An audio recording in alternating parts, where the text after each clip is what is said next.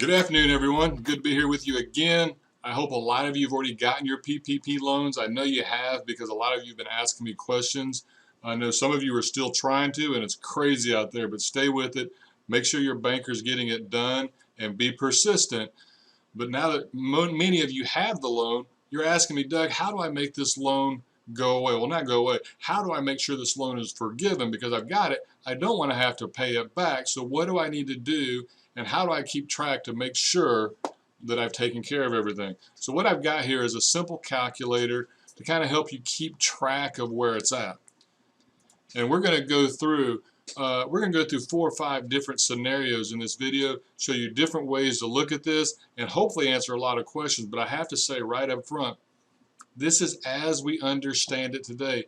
The truth is there has not been a whole lot of guidance come out on forgiveness exactly, and some of it's going to depend on your bank, how they interpret it, but we do think that there will be more guidance coming out, and once we have that, we're going to share it. But for now, we have to operate on just what we know, and what we know is we don't want to pay this back. So here we go. We're going to get started here. So what I have here is this our PPP loan tracking worksheet, and I'm going to have it right down below. We're going to put a link there for you so you guys can use this, use it all you want. Hopefully it helps a lot of you.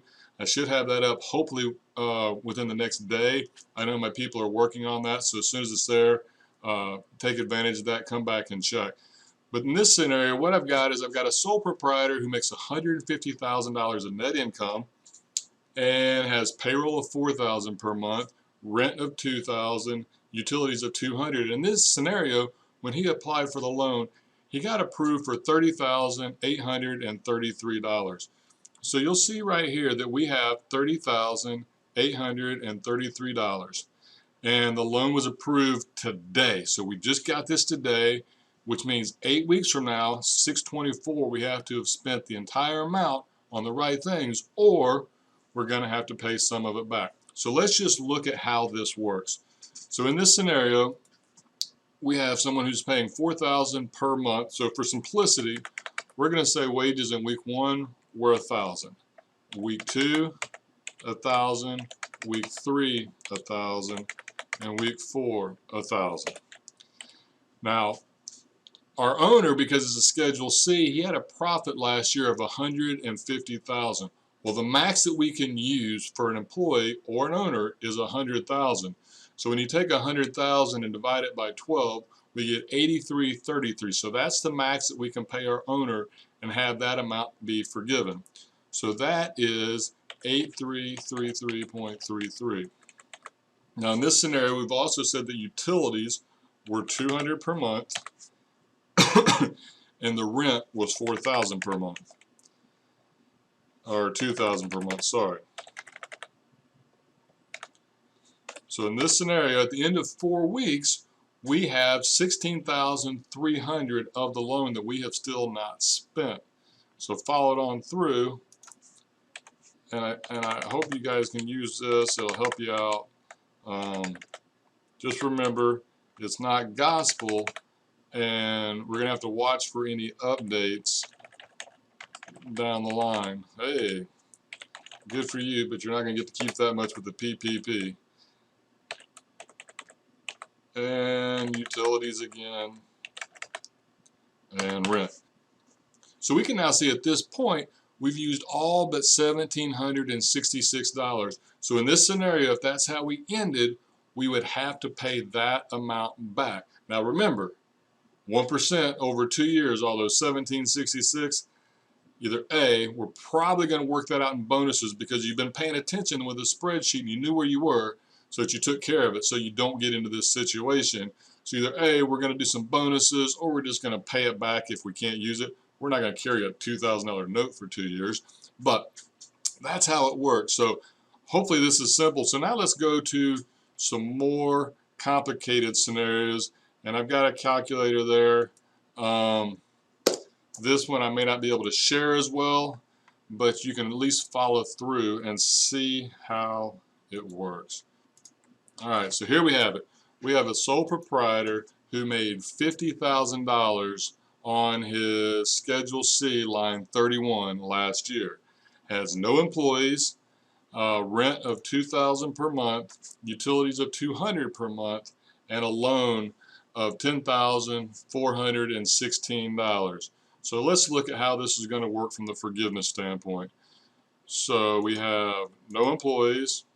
We have a loan of 10,416.67. No salaries. The owner has a average income of 4166.67 because that's how it worked from last time.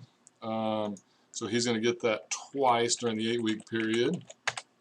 And then we have rent of $4,000, $2,000 a month, and utilities. So in this scenario, we have forgivable cost of $11,516. We took a loan of 10,416. We're going to be okay. Not a problem. It's all going to be forgiven. Now I want to talk about this Schedule C here for a minute. I've scoured and I can't find exact guidance on this, but it keeps saying payroll costs.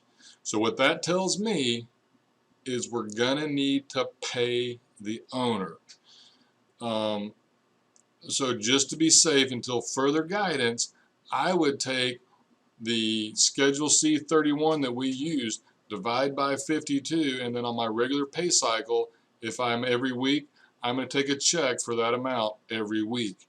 It's just going to be a blank, not a blank check, it's just going to be a check written out to the owner as a draw, but I'm going to take that every single week. If I'm going to do every 2 weeks, that's fine too, but I'm going to make sure I'm taking it and I'm regular.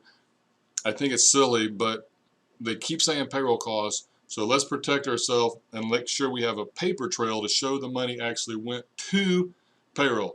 So while you may not be used to doing that as a sole proprietor, take a check unless we see something otherwise. I think it's just smart. Let's just make sure the bank can easily follow that the money actually did go to you. And if you need to loan it back to pay for supplies, I think that's going to be okay. But make sure you have a check going to yourself. We don't want to get to the end of this and then say, sorry, you didn't pay yourself, you owe it all back. Okay, so now for my second scenario, a little bit different. In this scenario, we have a sole proprietor who made $150,000 net income on a Schedule C last year. He had payroll of $4,000 a month, so he also has employees, rent of $2,000 per month, and utilities of $200. And in this scenario, this business actually got a loan of $30,833. So let's see how this one works. Okay, so in this scenario, our payroll, remember, was $4,000 a month. So over 8 weeks, we're going to pay out payroll in $8,000. Now this is gross wages. This is not the FICA taxes that we have to add in. That doesn't count. This is our gross wages, $8,000.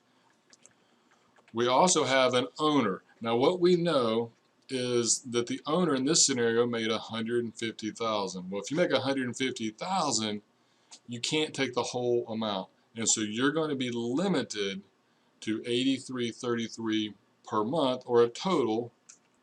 At this point in payroll costs, we've used a total of $24,666. Now we come down to our rent. In our scenario, we had $2,000 per month in rent and $200 in utilities. So in this scenario, we've used a total of $29,066 of the $38.33. So if $29,000 is going to be forgiven, once again, we're only going to have a small amount to pay back. We did pretty good, but if we've been using that estimator earlier and keeping up with it, we could have done a little bit of a bonus and made it all go away.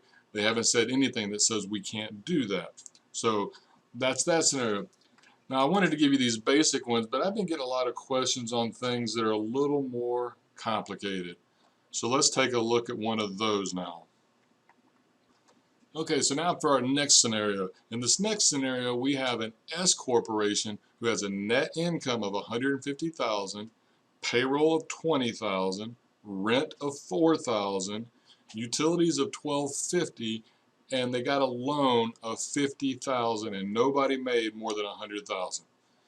So this is our standard S corp. So in this scenario, we have a loan of $50,000. We have payroll of $20,000 per month. So we're going to have $40,000 in payroll. Now this is an S-Corp. So the draws or distributions or profit of the company has nothing to do with the loan. Don't get confused on that. That's a big difference between an S and a Schedule C. So our profit and our draws are not a part of this calculation. So we have 40,000. So then we come down to our rent. Our rent was 4,000 per month. So 8,000. And our utilities are $1,250 per month, so that's $2,500. So in this scenario, we had total forgivable cost of $50,500, and we had a loan of $50,000. We did perfect. It's all going to be forgiven, nothing to worry about. But now we're going to get to a twist. Okay, so now we have a scenario where we had the same income, we had the same amount of loan, but our utilities and our rent are different. So in that scenario, $50,000 loan, $40,000 in wages, but then we only had rent of $4,000, and I don't know how, but this guy negotiates really well. His utilities are only $400. So great job there.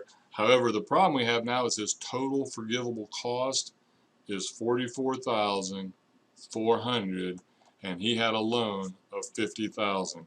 He's gonna have to pay the difference back.